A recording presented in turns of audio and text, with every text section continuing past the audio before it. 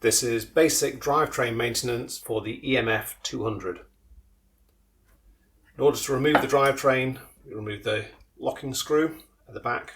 Just unscrew the locking screw. And then just behind the locking screw there's another threaded hole. That's for putting your locking screw into, just to keep it safe so you don't lose it. Once that's been attached, you can just pull and slide out the drivetrain unit. Put the rest of the EMF200 to the side. And for the basic maintenance, we're just going to pay attention to the bolt and can and bolt guide. This is the bit that sees most of the paint and debris, dust and dirt that builds up in the drivetrain. What we're going to do is separate the gold piece from the red piece. Unscrew the gold can. Once we've removed that, we can then push out the bolt from the front, push that through and out to the back of the can.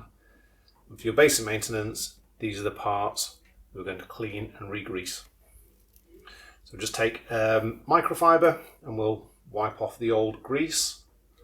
And obviously if there's any dirt or debris inside here, we can remove that as well. We need to pay attention particularly to the number 17 O-ring on the inside of the can here. So just take the corner of a microfiber and just work that around the inside. This O-ring normally is the one that will get the dirtiest, as any dust or debris on the bolt or old paint can get pulled into that O-ring. We'll also clean the inside of the can and any grease off the inside of the can. So now the bolt guide is clean, can is cleaned, and then we'll just clean off the bolt. Take off all that old grease and dirt. Take it off the outside and again from the inside of the bolt. Now that we have it all cleaned, we just want to inspect all the O-rings, make sure there's no wear or tear or nicks on any of the O-rings on the bolt, on the outside or the inside of the can, and on the bolt guide here. These all look in good condition, so we can just go to our Eclipse grease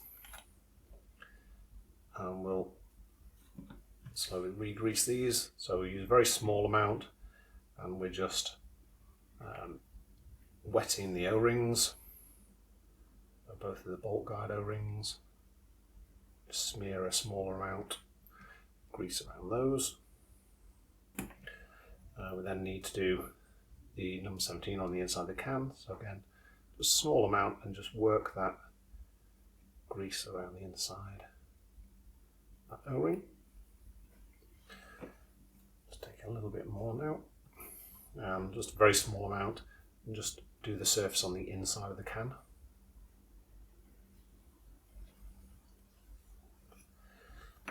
Just leave the bolt to do.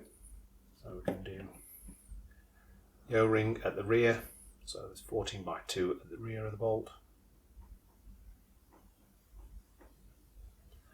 Then a small amount on the outside surface. Again, really just wetting the surface as opposed to covering it with lots of grease.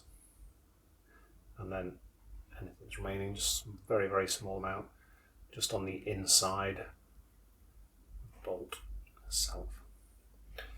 And then we can reassemble this now.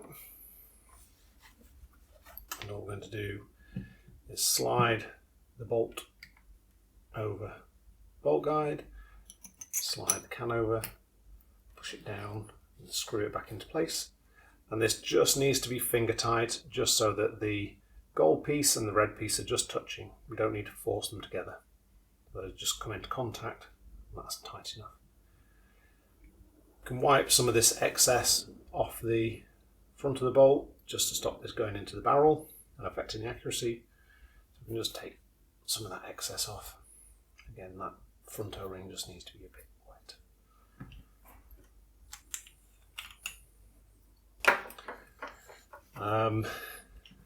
Just need to again make sure that the number 20 on the front here is wet. Doesn't need lots of grease on these. We can just put a little bit more on them after handling.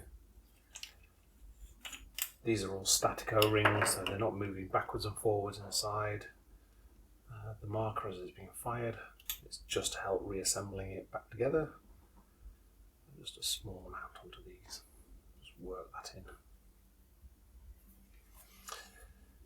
And then we can slide the drivetrain back into the EMF200. Take that locking screw out of its retaining hole.